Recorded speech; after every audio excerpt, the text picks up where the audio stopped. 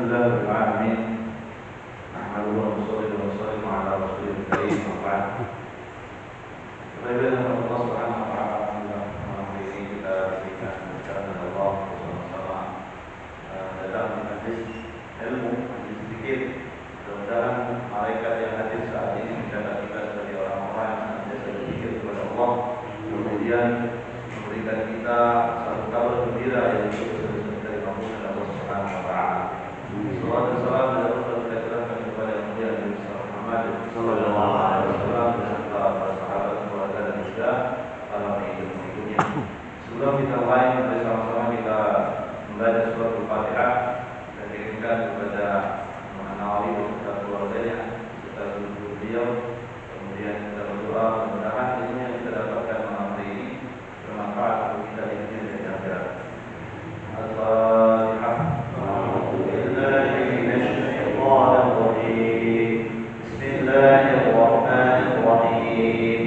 الحمد لله رب العالمين الرحمن الرحيم مالك يوم الدين إياك نعبد وإياك نستعين اهدنا الصراط المستقيم صراط الذين أنعمت عليهم غير المغضوب عليهم ولا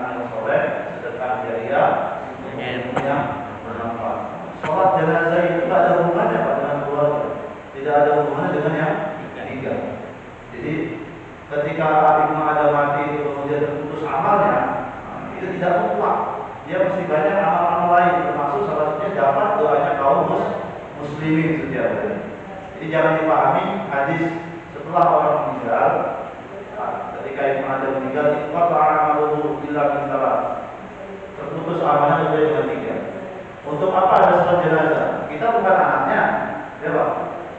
Karena kita sholat jenazah bukan keluarga kita ya. Kita bukan anak, keluarga itu jangan dipahami secara mutlak 3 begitu saja. Ada banyak variabel lain yang mengatakan bahwa orang itu aman tetap berjalan sampai terus di luar ilmu, di luar harta yang bermanfaat, di luar harta jariah, amal jariah, di luar anak soleh. Masih ada variabel lain yang tidak dituangkan dalam hadis tersebut. Tetapi jangan mengandalkan itu. Jangan mengandalkan itu. 3 ini yang diandalkan untuk diri kita sendiri gitu. Jangan sampai kita mati mengandalkan nanti banyak orang yang mati saya, nanti banyak orang yang tahlilin saya, nanti banyak orang yang begini ya. Kalau mengandalkan ini yang salah. Jadi maksudnya 3 itu ini yang harus kita jaga betul, kita pokokkan. Anak yang soleh, kemudian ilmu yang bermanfaat, kemudian sedekah jariah. Ini minimal pegangan bekal utama kita.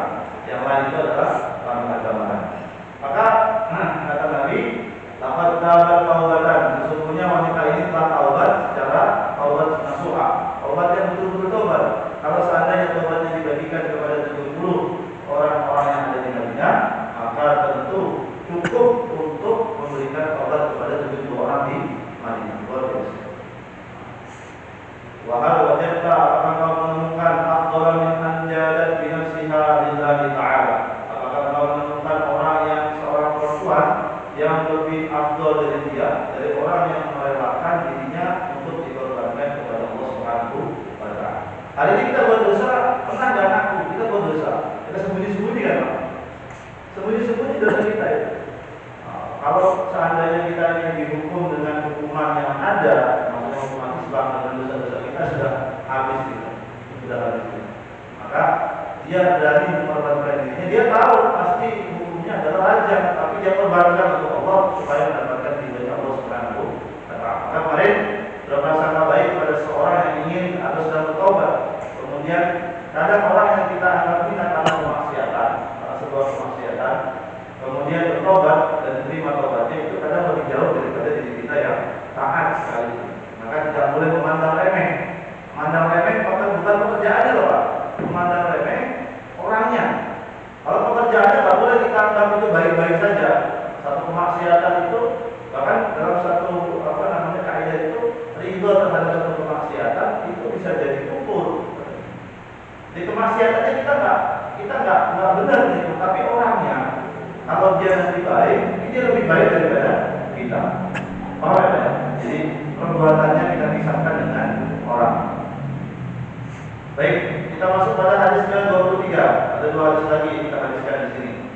Dari Abdullah bin Abbas, Bismillahirrahmanirrahim. Rasulullah sallallahu alaihi wasallam Sayyidina Muhammad wa ala ali Sayyidina Muhammad wa an Ibn Abbas wa Anas bin Malik radhiyallahu anhu anna Rasulullah radhiyallahu anhum anna Rasulullah sallallahu alaihi wasallam qala. Dari Abdullah bin Abbas dan Anas bin Malik, ini tiga-tiganya sahabat. Abdullah, kemudian Abbas, kemudian Anas bin Malik. Ini 3 orang sahabat, maka julukannya adalah radhiyallahu anhum. Dari bahwa Rasulullah SAW bersabda, "Law anna ibn Adam wadiyan min dhahabin, ahabba an yakuna lahu wadiyan."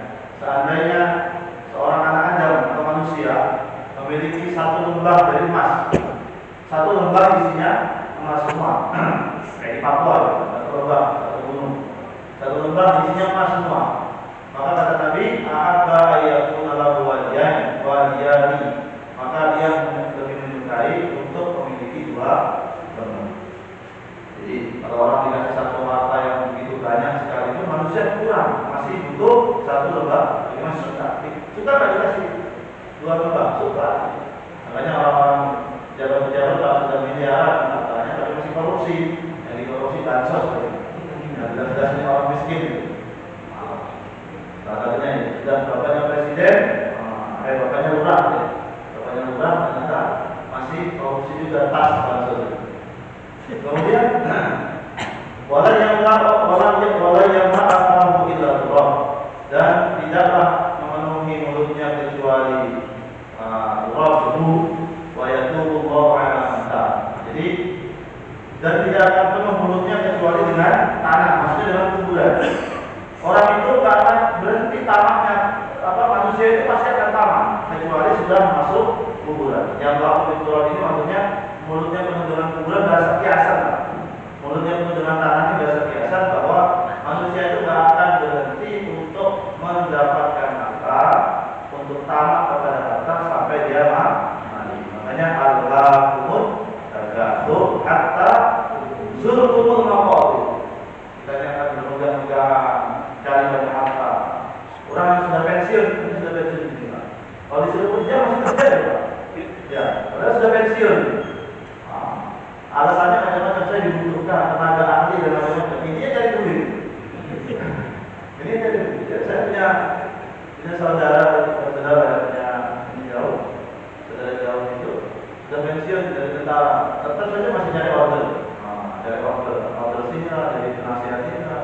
Apalagi sudah jelas umurnya 60 sudah utara masih mau politik, masih pengen jadi presiden, masih pengen jadi bupati, camat.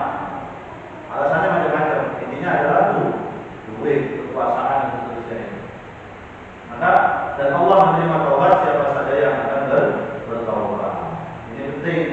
Di sini dunia itu terlaknat kata Allah. Tamat terhadap dunia itu dosa. Karena dunia ini adalah terlaknat. Dalam hadis itu dikatakan dunia mal'unatun mal'unun ma fiha illa dzikrillah wa ma wala aw 'an aw ta'ali. Dunia itu terlaknat. Apa enggak boleh kita punya dunia? Boleh, Pak. Kita cinta dunia itu bagian dari sifat manusia. Zuyyina lin-nasi hubbus syahwat minan nisa'i wal banina wal qanatir al-muqantarati wal dhahab. Kita ini diberikan syahwat, kecintaan terhadap wanita, terhadap harta benda, perhiasan-perhiasan, terhadap kuda, tunggangan-tunggangan dan sebagainya. Itu memang sifatnya manusia. Sifatnya manusia. Yang enggak boleh itu tamak. Yang enggak boleh itu tamak. Terlalu cinta dunia pun tidak boleh.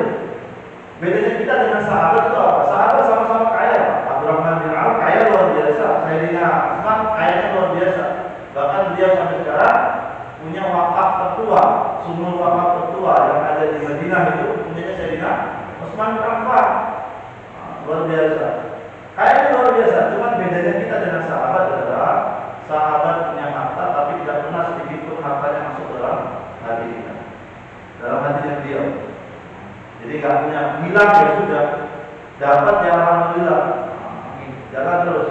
Makanya Abdurrahman bin Auf itu ketika beliau hijrah itu nggak bawa apa-apa. Padahal dia saudara kaya sudah di Mekah itu.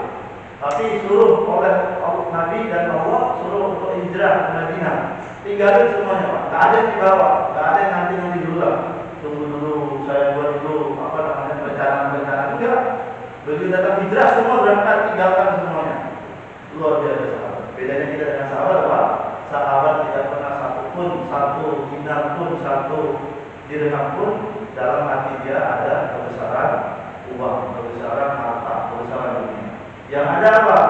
Yang ada adalah kebesaran Allah Subhanahu wa Ta'ala. Maka kata Nabi, Allah fi ashabi. Hanya ada Allah di dalam hatinya para sahabat. Luar biasa sekali. Jadi nggak takut mereka mati, nggak takut kehilangan harta. Infak semua diserahkan. Bahkan ketika mau hijrah, yang dikasih semua hartanya. Di rumah ditinggal hartanya, cuma batu-batuan ditaruh di dalam kantong. Anaknya Asma, saudara tirinya Aisyah itu. Asma disuruh pegang. Asma nanti kalau bapak mau datang, kakek mau datang, kamu mau apa? Kasih ini. Dan kamu mau apa? Nggak bisa lihat, nggak bisa melihat. Jadi bapaknya tanya kepada Asma, bapakmu mau hijrah itu ke Madinah itu bawa apa? Apa kamu ditinggali apa? Maka kata Asma, wahai kakek, kami ditinggalkan ini. Dikasih satu kantong. Nah dulu tuh orang kalau taruh uang atau taruh emas itu di kantong. Dikasih padahal isinya adalah kerikil. Masya Allah. Bukan hanya bapak, anak-anaknya pun sudah hebat. Kalau sudah kehilangan apa saja, karena semua milik Allah Subhanahu wa Ta'ala. Maka ini tamak. Allah menerima taubat orang yang tamak dengan dunia. Jadi kalau kita tamak ini dosa. Tapi kalau kita nanti sudah mau meninggal atau ya sebelum meninggal itu taubat kepada Allah dari rasa tamak kepada dunia, insya Allah Allah terima taubat. Selagi malam sebelum sampai ke Allah. Kenapa ini kita tamak?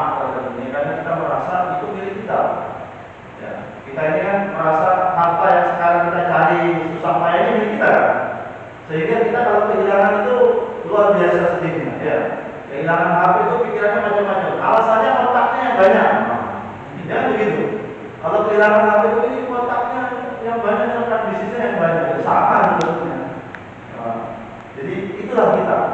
Atau punya masjid, punya masjid merasa ini masjidnya dia, merasa masjid punya dia, orang lain tidak bisa ngatur, orang lain tidak bisa semua harus keputusan saya. Ini bahaya, itu tamak. Cuman kelihatannya tamaknya syar'i, tamaknya masjid. Kan begitu Pak Saudara. Takmir masjid yang punya jasa banyak itu merasa dia itu yang memiliki masjid. Seluruh keputusan harus lewat dia. Dan saya kalau ada tersinggung. Ini kejadian di banyak tempat. Jadi kalau orang lain itu lebih bahaya. Orang lain tamaknya terhadap harta ini terhadap masjid yang milik umat. Kalau milik umat itu luar biasa. Ini ada. Ya ini untuk saya pribadi. Jadi kalau jadi takmir, kalau yang lain Pak, ini bisa kajian lagi di sini. Baik. Hadis ke 24. Terakhir. Dari Abu Hurairah radhiyallahu anhu bahwa Rasulullah SAW bersabda,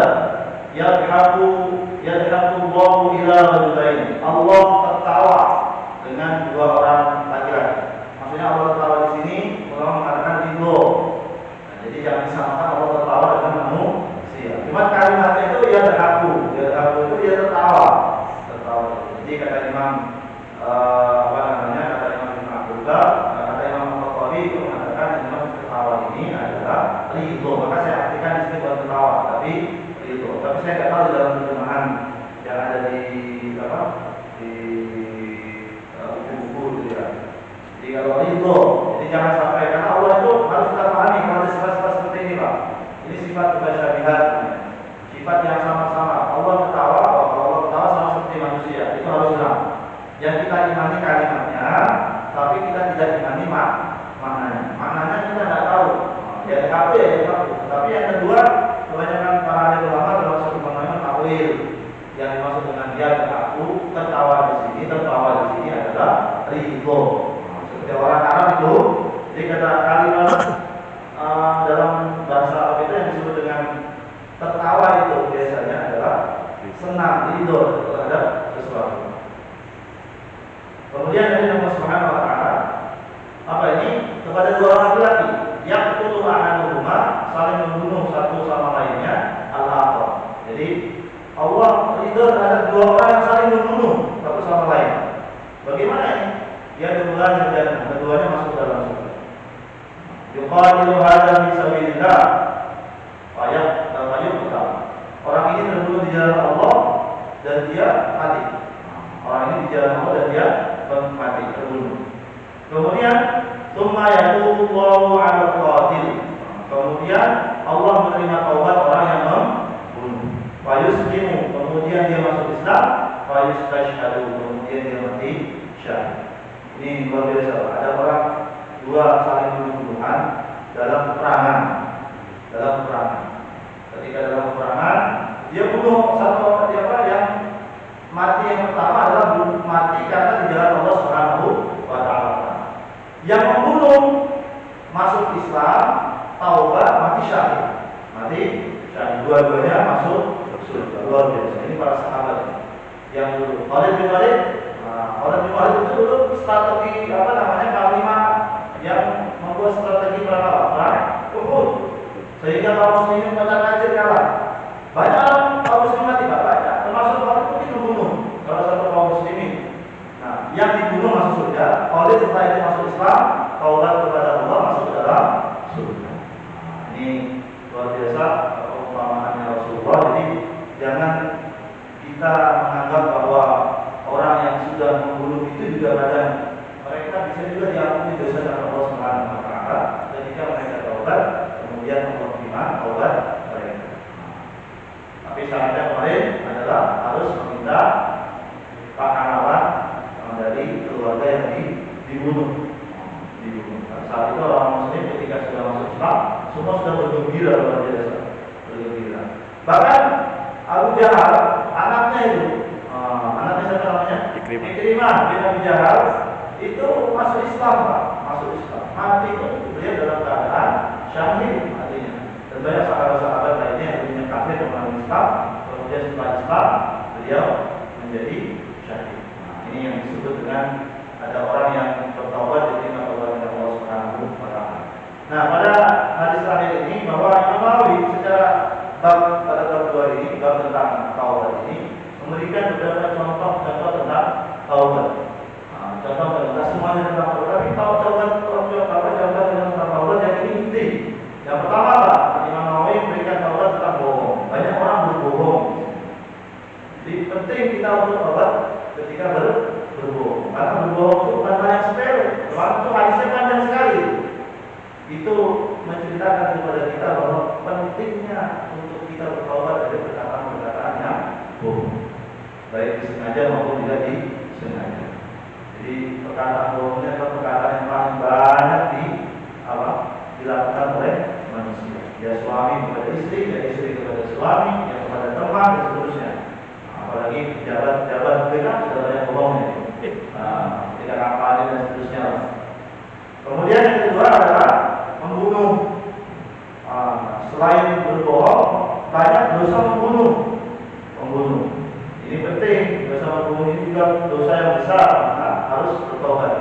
Kemudian dosa berzina, tadi kita sudah hadis ke-22. Dosa berzina, kemudian dosa cinta dunia. Dosa cinta dunia. Ini dosa yang banyak terjadi di kalangan umat manusia. Dan ini kita perlu tobat dari dosa-dosa. Ini contoh yang diberikan Imam Nawawi dari dosa-dosa yang banyak dilakukan oleh manusia. Sekian pembahasan dari bab taubat. Insyaallah pada pembahasan berikutnya kita akan bahas mengenai bab sabar. Ini yang paling sulit di bab sabar. Karena saya sendiri belum bisa sabar. Ada pertanyaan di sini Bapak Ibu mengenai bab taubat? Tidak ada ya? Coba aja jawab. Ada. Ini karena masih hangat-hangatnya ya hari ini, hari 25 Desember. Kalau saya sih senang 25 Desember karena tanggal merah. Sedihnya ada job ya. Karena biasanya tanggal 25 itu banyak job, orang pun tidak ada job. Nah ini hukum mengucapkan Natal ada pro dan kontra tentang ucapan Natal. Kita akan lihat bagaimana ada orang yang menghalalkan boleh, ada yang tidak membolehkan seterusnya. Nah, ini penting untuk kita ketahui, minimal kita tahu dalilnya. Jadi jangan sampai ribut juga mengenai masalah ini. Saya mengutip dari Wikipedia ini tentang Natal itu apa sih? Ibu nanti bisa dibaca dicari tentang Wikipedia tentang Natal. Karena saya nggak sempat buka Alkitab. Jadi saya mulai dari Wikipedia saja. Natal itu ungkapan bahasa Latin dari Natalis, hari kelahiran, hari lahir. Ini dalam Wikipedia. Disebut dengan Christmas. Natal itu bahasa Portugis, artinya kelahiran adalah hari raya umat Kristen yang diperingati setiap tahun oleh umat Kristiani pada tanggal 25 Desember. Ini secara etimologi, secara definisi, Pak. Natal atau hari kelahiran. Ya, berarti orang yang merayakan Natal berarti merayakan kelahiran. Kelahiran siapa? Kelahirannya. Nah, kalau mereka Yesus Kristus, nah kita Nabi Isa Al-Masih. Nah ternyata peringatan hari kelahiran Yesus itu tidak pernah diperintahkan Kristus untuk dilakukan, itu tidak ada. Ini Wikipedia yang berbicara. Jadi tidak ada dalam Alkitab itu tentang perayaan hari kelahirannya harus dirayakan, itu tidak ada. Dalam cerita perjanjian baru tidak pernah juga menyebutkan adanya perayaan hari kelahiran Yesus dilakukan oleh gereja awal. Nah perayaan Natal ternyata baru mulai ada tahun 200 Masehi, jauh sekali. Tahun 200 Masehi. Nah, jadi jauh sekali Pak. Tahun 200 Masehi baru ada perayaan. Itu ada di Mesir, dimulai di Mesir. Para teolog Mesir mengatakan dulu awal-awal itu tahun 24 tanggal 20 Mei, 19 atau 20 April, bahkan ada yang bulan-bulan lainnya. Kemudian perayaan 25 Desember itu dimulai tahun 221 oleh Sextus Julius Africanus. Ini dan baru diterima secara luas pada abad ke-5. Jadi Natal sendiri ternyata baru ada tahun berapa? 221. Jadi bukan dari awal ada Natal itu dari awal. Sudah jauh sekali. setelah Nabi Isa. Dan anehnya gereja nggak pernah melakukan itu, tidak pernah melakukan di abad pertama. Monggo yang sudah bertemu.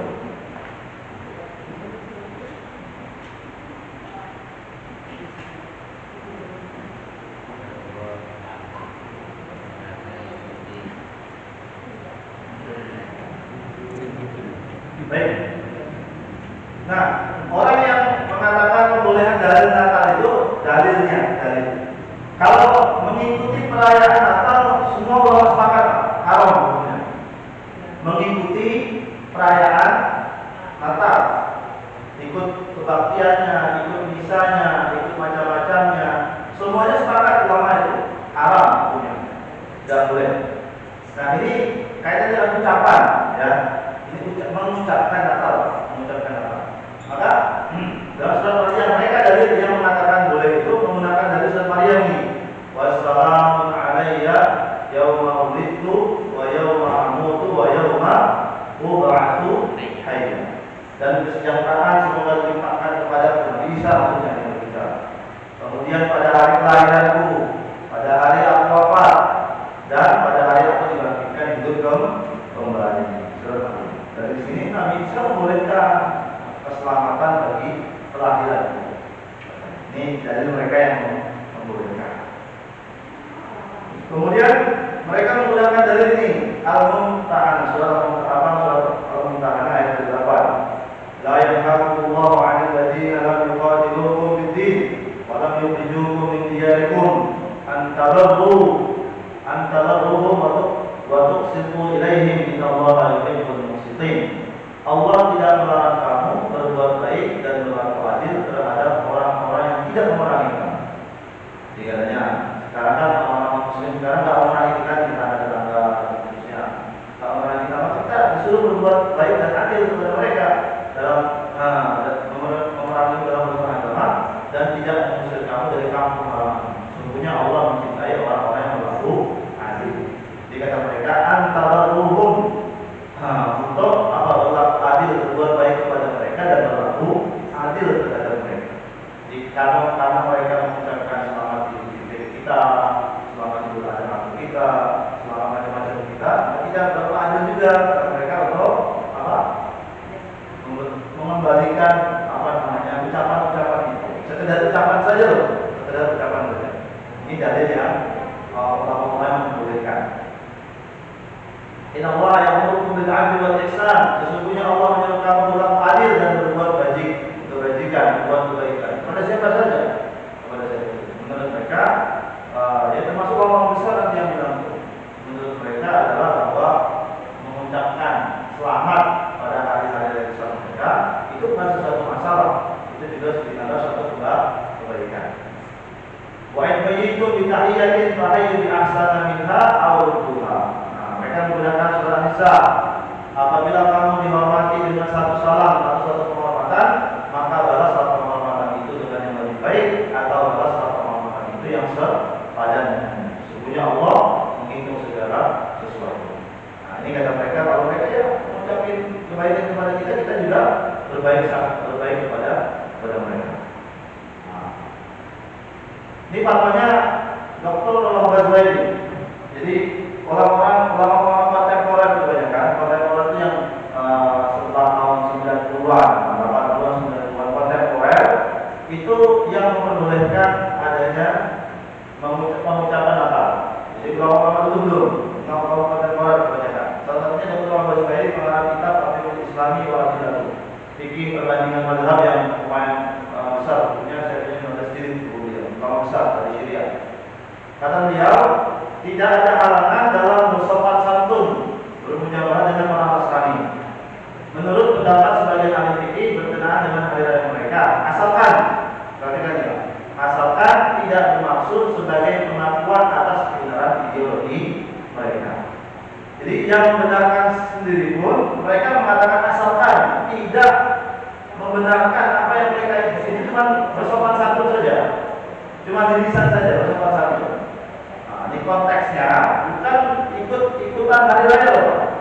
Konteksnya adalah cuma bersopan santun. Tidak ada pengakuan terhadap agama mereka. tidak membenarkan ideologi mereka. Nah ini perlu dicatat ini. Ada orang yang menggunakan dalil boleh, bahkan ada yang di video itu saya dapat tadi pagi main rebana, ibu-ibu jilbaban, lagunya apa ya? Saya lupa lagunya itu. Itu sampai sama biarawati. Nah, itu sudah lain. Jadi perhatikan fatwa yang membolehkan. Fatwanya adalah tidak membenarkan ideologi mereka. Kemudian yang kedua, Syekh Yusuf Qaradawi. Ini beliau ketua Persatuan Ulama Dunia ini yang sekarang masih hidup. Kalau Pak Presiden sudah meninggal, tahun lalu meninggal. Tahun lalu Pak Presiden. Nah ini Yusuf Qaradawi. Beliau ulama partai Korea yang banyak tentang fikihnya, beliau juga banyak punya kitab itu. Beliau mengatakan bahwa tidak ada hal yang mencegah atau yang melarang untuk mengucapkan selamat pada perayaan non-Muslim. Akan tetapi jangan ikut memperingati ritual agama mereka. Ya. Semuanya yang membolehkan itu cuma ucapan. Tapi kalau ikut sampai ikut-ikutan, pakai pensinya, pakai bajunya, pakai macam-macamnya, atau bahkan ikut gereja, nah itu lain perkara itu. Akan tetapi jangan ikut memperingati ritual agama mereka, juga jangan ikut merayakan. Nah, kita ini ikut merayakan juga, kan? Tidak ikut merayakan, cuma sekedar mengucapkan saja. Bisa dibedakan ya, ikut-ikutan dengan supaya dengan ucapan. Ucapannya cuma bersopan santun lah, kira-kira begitu. Kita boleh ikut bersama mereka dengan melakukan sesuatu tidak bertentangan dengan syariat Allah. Maka tidak ada larangan bagi muslim mengucapkan selamat pada non-muslim dengan kalimat yang biasa, yang tidak mengandung pengakuan atas agama mereka. Itu penting. Atau rela dengan hal itu. Ucapan selamat itu hanya kalimat ramah-tamahan yang biasa kita kenal. Jadi cuma kalimat ramah-tamah saja. Kalimat ramah-tamah. Ini fatwanya. Kemudian muftinya saya juga begitu sama, saya sikat. Karena bisa berapa? Saya sikat. Mufti Muslim juga begitu. Mirip fatwanya. Boleh cuma sekedar apa? Sekedar ramah-tamah aja, sekedar kebiasaan gitu. Bukan untuk ikut-ikut hari raya mereka. Fatwanya Majelis Ulama Mesir juga begitu. Darul Ifta Mesir, Majelis MUI Mesir itu sama. Jadi mereka membolehkan, tapi dengan batasan-batasan. Ya. Nah, dari yang menghalalkan, penting membahas dulu tentang hari kelahiran Nabi Isa. Hari kelahiran Nabi Isa itu bukan Desember, bukan musim dingin. Dalam surat Maryam itu Nabi Isa itu dilahirkan musim panas. Ketika apa? Ketika kurma sedang matang-matangnya, ketika kurma sedang berbuah. Nggak mungkin kurma berbuah musim dingin. Ibu datang ke Saudi, ya, yang pernah ke Saudi umrah musim dingin, Januari, Desember, November, Februari, ada nggak kurma? Ada Pak, itu bekas di freezer. Di freezer, bukan di pot. Kurma tetap ada di sana, cuma di freezer. Coba ibu datang kunjungan ke kebun kurma, nggak ada kebun kurma, tapi coba musim panas. Kurmanya banyak sekali tuh. Wah, fotonya senang sekali kalau musim panas di kebun kurma. Nah, jadi bantahan bahwa Nabi Isa bukan lahir pada tanggal 25 Desember. Salah alamat kalau merayakan Nabi Isa lahirnya pada tanggal 25 Desember. Nabi Isa lahirnya musim panas, kira-kira begitu. Nah, gitu Pak ya. Tidak bantahan yang pertama, salah sudah. Perayaan itu salah. Masa kita mengucapkan kepada perilaku yang salah, kira-kira begitu. Ini bantahan. Boleh kalau ikut saya atau enggak itu juga apa-apa. Ini cuma kira-kira membuka wawasan saja. Kemudian surat Al-Maidah juga ayat 48, saya skip. Nah, kemudian ada surat Al-Zumar ini penting. Nah, surat Al-Imran dulu, "Wa may yattaqi ghayral islami dinan fala yuqbal minhu wa huwa fil akhirati minal khasirin." Barang siapa mencari agama selain Islam, dia tidak akan diterima dan di akhirat termasuk orang yang merugi. Surat Al-Zumar lebih lagi, "Intakfuru fa innallaha ghaniyyun 'ankum wa la yarda li 'ibadihi al-kufur."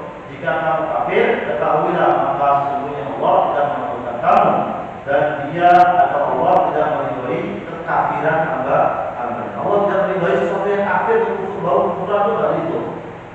Bau kufur itu tidak itu. Natal itu kan tadi sejarahnya Natal dibuat tahun 200-an Hijriah. Tahun 25-21 itu bukan dibuat oleh orang-orang dalam Alkitab dan seterusnya, itu dibuat oleh orang-orang Mesir dan seterusnya.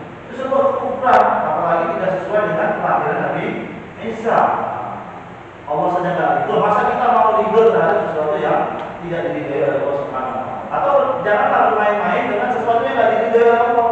Katakan perkara ini syubhat. Jangan bermain-main, itu kita sudah bahas itu. Pembahasan masalah syubhat. Ya, jangan bermain-main. Kalau main di masalah syubhat itu seperti kita bermain-main di batasannya yang raja, dunianya raja. Kadang kita kelewatan, ya sudah kena hukum. Kira-kira begitu. Nah, kemudian dalilnya lagi riwayat Imam Abu Dawud, "Man tasyabaha biqaumin fa huwa minhum." Barang siapa yang menyerupai satu kaum, maka bagian daripada mereka. Jadi kalau kita ini menyerupai satu kaum, maka kita nanti di akhirat termasuk dari mereka. Walaupun nanti ada batasan-batasannya. Apalagi sampai pakai pakaian, sampai nyanyi-nyanyi di dalam ikut nyanyi-nyanyian, ikut kebaktian, ikut misa dan seterusnya. Itu dalam akidah sudah bahasanya jauh sekali. Kemudian la tabda'u yahuda wa nasara bisalam. Janganlah kalian memulai salam kepada orang Yahudi dan Nasrani dengan Bukhari Muslim itu. Penghormatan, jangan kita duluan. Kita saudara Kristen nggak punya, saudara Nasrani nggak punya, tetangga nggak punya, teman dekat nggak punya, tiba-tiba mengucapin selamat. Nah, ini masuk dari ini. Coba, baik kalau orang mungkin punya kepentingan. Saya misalnya mertua saya pun punya mertua non Muslim, saya nggak pernah mengucapin itu. Walaupun resikonya anak saya nanti nggak dikasih uang. Tapi saya nggak pernah mengucapin, nggak ada kepentingan. Kalaupun di telepon dia paling cuma selamat hari libur, bukan selamat hari Natal, selamat hari libur, kan gitu.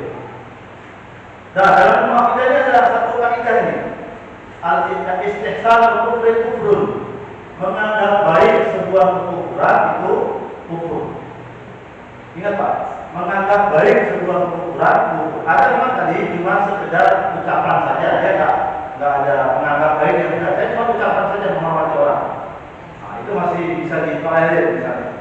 Tapi kalau menganggap baik, nggak apa-apa ini, baik ini, ikut-ikutan di dalam gereja baik, nggak apa-apa. Itu kufur kalau dalam ilmu akidah. Karena seakan-akan meridhoi, tadi kan Allah tidak ridho, seakan-akan meridhoi perbuatan mereka. Saya nggak setuju tadi, Nabi Isa bukan lahirnya tanggal 25, saya nggak ridho, kira-kira begitu. Salah satu alasan ini. Nah, anehnya, fatwanya Imam Ibnu Hajar Al-Haytami, ini ulama Syafi'i ini, seorang imam besar, dipakai kitabnya di mana-mana itu, dalam fatwa dia itu, Ibnu Hajar Al-Haytami, ini kan biasanya ulama Syafi'i yang dijadikan rujukan, beliau mengharamkan, nggak boleh sama sekali. Nah, jadi fatwanya dia itu tidak perlu. Kemudian lagi ada, aku melihat sebagian ulama mutakhirin kata beliau, menentukan pendapat yang sama denganku. Maksudnya mengharamkan apa? Memberikan penghormatan. Lalu dia berkata, termasuk dari bid'ah yang buruk, katanya Imam Ibnu Hajar, Al-Haytami ya, bukan Ibnu Hajar Al-Asqalani, adalah persetujuan Muslim pada Nasrani pada hari-hari mereka dengan menyerupai makanannya, memberi hadiah atau menerima hadiah. Lebih ketat lagi. Karena pada zaman itu kata para ulama, tandanya kita itu setuju dengan mereka, kita ikut mereka. Jadi mengucapkan sesuatu tandanya kita setuju dengan mereka ya. Dahsyatnya hari-hari. Dan gereja juga nggak pernah mengucapin waktu Fitri dan seterusnya. Ini penting fatwanya pada Syafi'i, dari kalangan ulama pada Syafi'i. Bahkan makanannya nggak boleh. Apa sih makanannya kalau kata apa? Saya nggak tahu. Kata dulu. Ya, terima hadiah aja nggak boleh kalau beliau. Terima hadiah atau memberikan hadiah misalnya. Kemudian fatwanya mazhab Khatib Syafi'i, dia juga sama. Ditakzir, dihukum orang yang sepakat dengan orang kafir pada hari dari mereka, dihukum. Artinya sudah haram itu. Orang yang memegang ular, yang masuk api, orang yang berkata pada kafir di sini ayo haji dan seterusnya. Jadi intinya adalah bahwa orang yang mengatakan atau bersepakat dengan hari raya mereka itu ditakzir, dihukum dalam mazhab Syafi'i. Saya tidak membahas mazhab lain, banyak sekali mazhab lain. Banyak sekali mazhab lain, bahkan 4 mazhab itu sepakat bahwa tidak boleh mengucapkan memberikan satu penghormatan kepada hari raya mereka. Tapi dengan catatan, karena itu takutnya menyetujui apa yang mereka lakukan. Paham? Jalan tengah. Nah, jalan tengahnya bagaimana? Kalau bakunya tadi Kalau saya bisa pribadi, kalau nggak punya kepentingan Pak, kalau nggak punya kepentingan untuk mengucapkan ini, ya kalau mengucapin ngapain? Kecuali mungkin ada sesuatu yang diancam, PNS. Ya ini kan baru pengamatan saya tanya sudah. Saya ini PNS, bos saya ini masalahnya gimana? Ya ucapin selamat aja lah saya bilang begitu. Ucapin selamat lebih apa? Bisa selamat dari libur, ya, dan macam-macam. Ya, yang kasihan begini Pak, kalau diangkat PNS belum lagi masuk pelatihannya nanti Januari. Gara-gara nggak ucapin nanti dipecat gitu. Kasihan ini. Nah, jadi mungkin ada yang seperti itu. Kayak saya bilang, kadang mertua saya itu agak cenderung kalau nggak ucapin. Jadi kadang istri saya cenderung ucapin selamat aja. Selamat ya, selamat hari raya, bukan selamat hari raya, tapi selamat hari libur, selamat macam-macam lah yang lain supaya karena kita tidak ridho dengan dan perhatikan lantar doangkan Yahudu walau nasoro hatta terjadiah tidak akan pernah ridho orang Nasrani, orang Yahudi sampai kita itu agama mereka. Awalnya cuma ucapan saja. Tapi kita hormati fatwa ulama besar termasuk Habib Umar juga katanya membolehkan, Habib Al-Jufri itu juga membolehkan. Itu ada saya lihat videonya tentang bagaimana membolehkan. Tapi konteksnya lihat Pak, konteksnya kalau di Eropa, konteksnya kalau kita sedang berada di tengah-tengah orang non-Muslim, konteksnya itu. Lalu kita ada tetangga tahu-tahu mengucapin apa namanya selamat Natalnya hari ini. Kira-kira begitu. Sekali lagi yang hanya dibolehkan oleh ulama, yang perselisihan itu cuma pengucapan. Tapi kalau ikut ibadahnya, ikut ritualnya, ikut merayakan dengan pakaiannya, dengan makanannya itu tetap halal. Kalau menganggap itu sebuah kebaikan itu bisa dibedakan begitu ya. Ini ya. Kalau menghadiri akad nikah di gereja itu bagaimana? Menghadiri akad nikah di gereja, ini pertanyaan berat. Saya belum tahu apa ritual apa yang ada di gereja kalau menghadiri. Kalau bisa nggak usah ikut. Kalau bisa nggak usah ikut, karena di situ kan ada ritual. Tunggu aja di luar, kan nggak ada masalah kan? Orang nantinya juga nggak lihat kita loh. Iya Pak, datang nggak apa-apa tapi jangan masuk gereja. Alasannya buang air lah di kamar mandi, duduk 1 jam aja. Atau kalau ada angkringan atau mau diangkringan, kalau saya lebih hati-hatinya jangan ikut, karena ada ritual di situ. Ya, ritual macam-macam dan pengaruhnya luar biasa. Kalau saya begitu. Tapi kalau ada yang membolehkan, ya memboleh saja. Kalau pengen cari yang membolehkan, cari fatwa yang membolehkan. Kalau saya tidak membolehkan karena rentan sekali. Nah, orang dikasih makanan mie instan itu saja bisa rentan, apalagi masuk dalam gereja. Ya, ada dua. Kalau hanya mengucapkan saja katanya juga nggak boleh, karena berarti kita percaya mengakui. Ya kan, akhir kata. Begini Bu, ya, ini saya kasih jalan tengah. Tadi ulama yang membolehkan itu ada perbedaan antara mengucapkan dengan mengakui. Kalau ada orang-orang yang memang saya ucapkan, saya mengakui, oke, dia nggak boleh sama sekali berarti haram. Tapi ada orang-orang yang bisa menjaga apa namanya, bisa menjaga hatinya mungkin. Ada yang seperti itu. Berarti toleransi aja ucapkan. Iya, toleransi aja begitu Katanya kira-kira. nggak ada toleransi. Nah, itu yang mengharapkan. Saya termasuk orang yang mengharapkan. Saya termasuk orang yang mengharapkan untuk tidak ada toleransi dalam hal ini. Bisa dilihat videonya Ustaz Dr. Fahmi Bertashi. Itu bagus sekali. Dia tentang masalah ini. Dia buku lagi.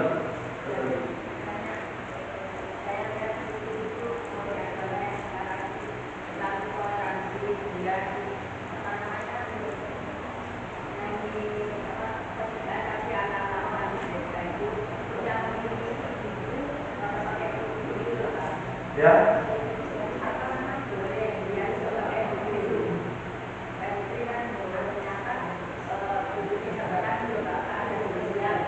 Ya nggak boleh sebetulnya Bu. Tapi kan menteri kan politik. Nah, kalau menteri kan masalah politik. Ini urusan agama dengan politik. Apa namanya harus politik harus ikut agama, bukan agama ikut politik. Intinya beliau yang jadi menteri agama. Jangan suka bisa apa? Ini kalau saya kasih tahu nanti.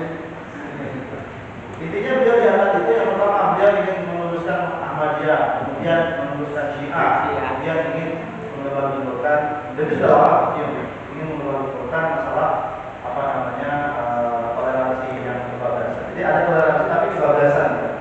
Jadi, toleransi itu ya sekedar menghormati orang saja. Tapi kalau toleransi dalam urusan beragama dan antar umat beragama toleransi. Kira itu sudah bisa. Ya Pak. Kenapa? Toleransi biasanya orang dari kapan? Ya, kita cerita ini. Nah, kira-kira gitu. Padahal tadi berikut kebaktian bersama mereka itu nggak boleh kalau kira-kira dia sudah. Jadi kalau tadi ada orang yang bisa memisahkan antara perkataan dengan hati, ada yang bisa. Seperti orang yang suka dakwah di pelacur itu kan, wah itu dia bisa memisahkan itu antara nafsu dengan melihat biasa gitu kan. Kan bisa itu kan ada orang seperti itu, kita harus sebetulnya. Nah, sama orang-orang yang mengucapkan Natal kemudian hatinya tidak ikut, itu dia bisa memisahkan. Itu sudah tingkatan tinggi menurut saya. Tingkatan tinggi bisa memisahkan antara hati dengan perkataan. Dakwah di kafe, ya. Itu ada orang muslim ada. Ya, ada streaming, apa streaming? Tafsir apa? Ya itu lah kira-kira. Kira-kira itu mudah-mudahan bermanfaat. Kalau yang bermanfaat, minggu depan kemungkinan saya izin dulu karena mau pulang kampung dulu. Mau pulang. Malamnya ada dulu. Saya kira demikian. Mohon maaf untuk dengan doa otomatis kepada Allah.